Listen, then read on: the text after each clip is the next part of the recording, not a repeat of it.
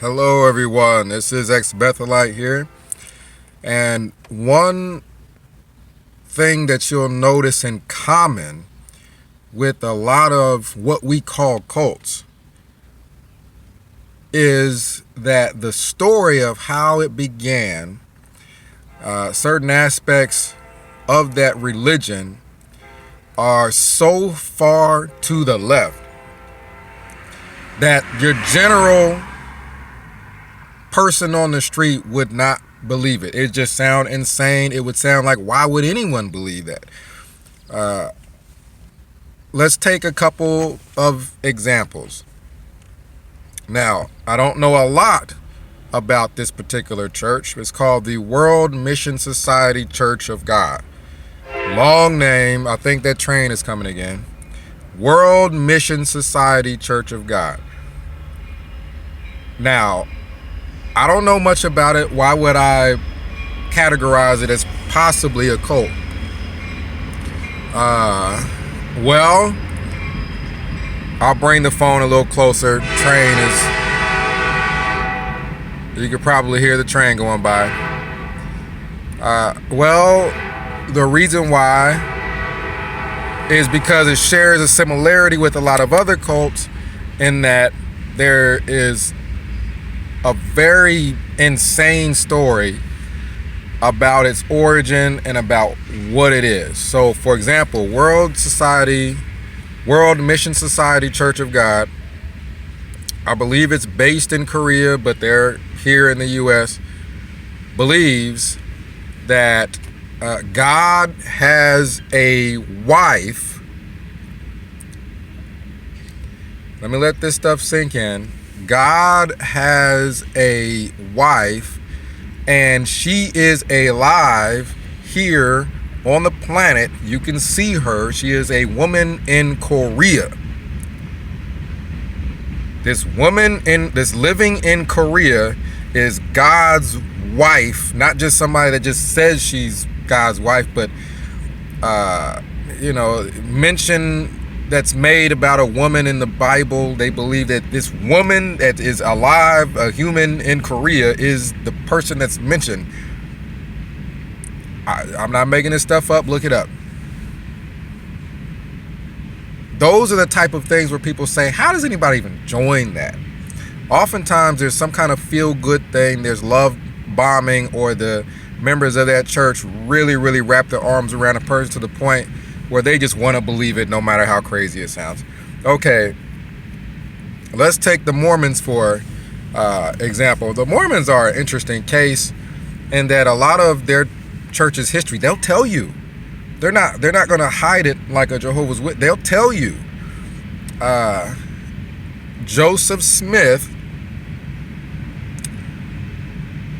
went into the woods and saw Jesus Christ and his father. Jesus Christ and Jesus' father was in the woods with Joseph Smith, and they talked. There is an angel. The angel's name is Moroni, that I believe directed Joseph to buried golden plates with information written on it about... That's where the whole religion starts to spawn off from all that stuff. So Joseph Smith talked to God personally and was shown somewhere in New York, I believe, golden plates buried underground, written in Egyptian or something like that, buried in New York, and it was written in Egyptian. I'm not the expert on Mormonism.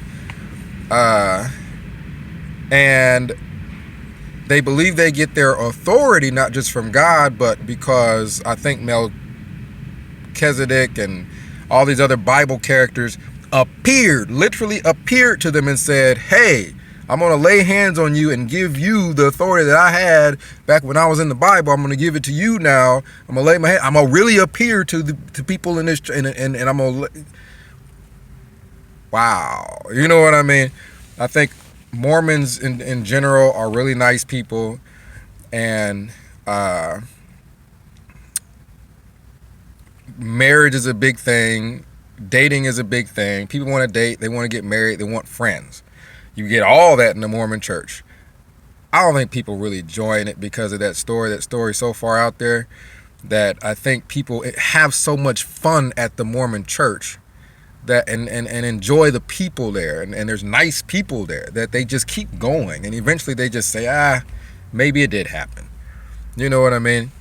Jehovah's Witnesses, 1914, somewhere around there.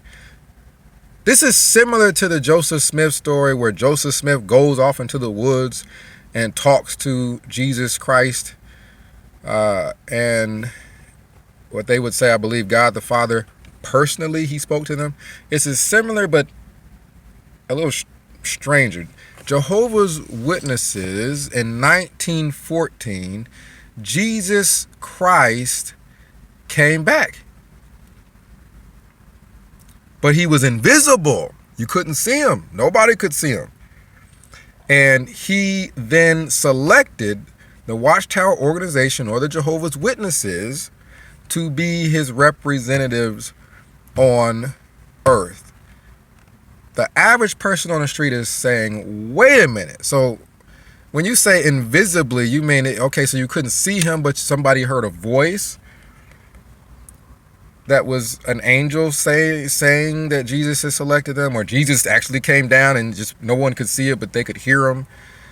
No, just invisible, no voice, no one could see him, but they're saying he was there, but he was invisible the whole time that he was there. No one heard from him, saw him, anything, but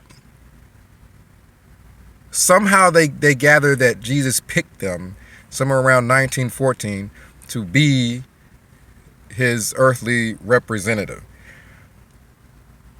That's not crazy. That's just plumb dumb. That's not crazy. That's just plumb dumb. The World Mission Society Church of God story, there's been other people that have said that they were God, or that that said that they were Jesus, or something like that. And people believe their claim for whatever reason. That's happened before. Joseph Smith, there's been other people that said that they talked to God. They literally saw him and talked to him and had a conversation and whatnot. This has happened before. I don't know if anybody has ever said, yeah, Jesus picks our church, or they would say congregation. Jesus picked our congregation to be his representative on earth. Now, we didn't see him. We didn't hear him. He didn't write it down on paper. There's no evidence of it at all. But he did it. It was just invisible. Wink, wink. It was invisible. The Mormons will tell you this. I don't know about the Worldwide Church of God and their claims, at what point they'll tell you this. Jehovah's Witnesses they're not going to tell people that story. It's ridiculous. They're not going to tell them when they first join. You learn about that stuff later on. That is a common thread amongst cults. Is the story of their history is enough to let your average person know for sure that is not true. They're not who they say they are, because their story is ridiculous. But people stay because the members embrace them, or very much the case with the Jehovah's Witnesses. The Jehovah's Witnesses hold family members hostage. If you leave us, your family members will not speak to you again. Your son, daughter, you will never see them again. Your son, daughter's children, your grandkids, you will never see them again. If you leave us, you will never see your family. Mothers and fathers, the person that raised you, they will die before you ever see them again if you leave our church. It's unbelievable, but the Jehovah's Witnesses have that common thread.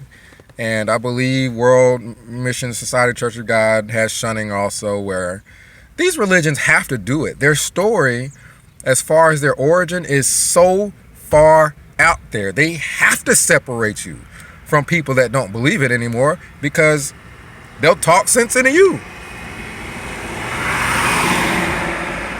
let that truck drive by.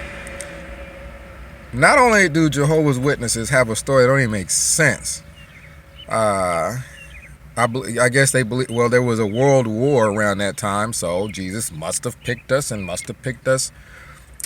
invisibly.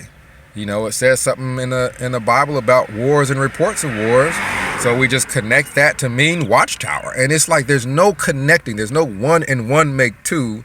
Somehow they get 1 and 1 make 600. Like, it says wars in the Bible and reports of wars. Somewhere around 1914-ish, there was a really big war. That means us, you know. And it's like, how do you get the average intelligent person to believe this stuff? They come to your house with a watchtower saying, wouldn't the world be a better place if there was no murder? Well, of course it would. Well, we're offering free home Bible studies to, you know, educate people and things like that. They don't even go into the insane parts of their religion until later. A lot of Jehovah's Witnesses probably don't know about Beth Sarim. If I'm pronouncing this correctly, Joseph Rutherford bought a mansion and a couple of really nice Cadillacs. And spiders just love me. I'm going to find something.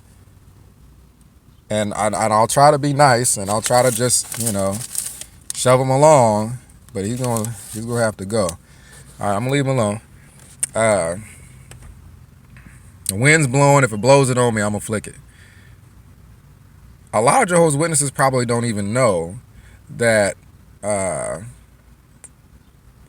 Rutherford purchased a mansion and a couple of Cadillacs with the organization's money. He's a leader of the organization at that time, and stated that David and all those people from the Bible in the past are going to be resurrected, and they're going to need a place to live. Only cults do certain things like that. Hey, you know, Jonah's going to get resurrected. I'm going to need money to buy a house for him to live in. Only cults get away with just insane things that they tell people, and people will believe anything. There's a whole the world is flat theory. I don't know a whole lot about it. I've never been in outer space to look at it, but just the concept, who brought it up, and how is this a big thing? Like, people will believe anything. And I guess that's how cults make their money.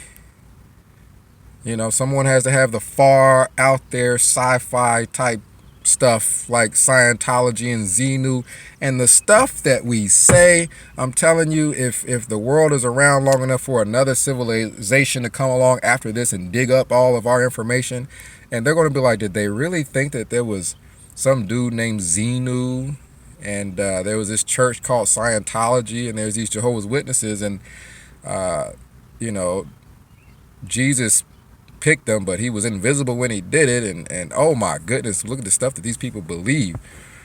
It's just a common thread amongst you know, cults. You can find some religious cults. I know Waco, that Waco thing where David Koresh, I guess, was supposed to be Jesus, you know.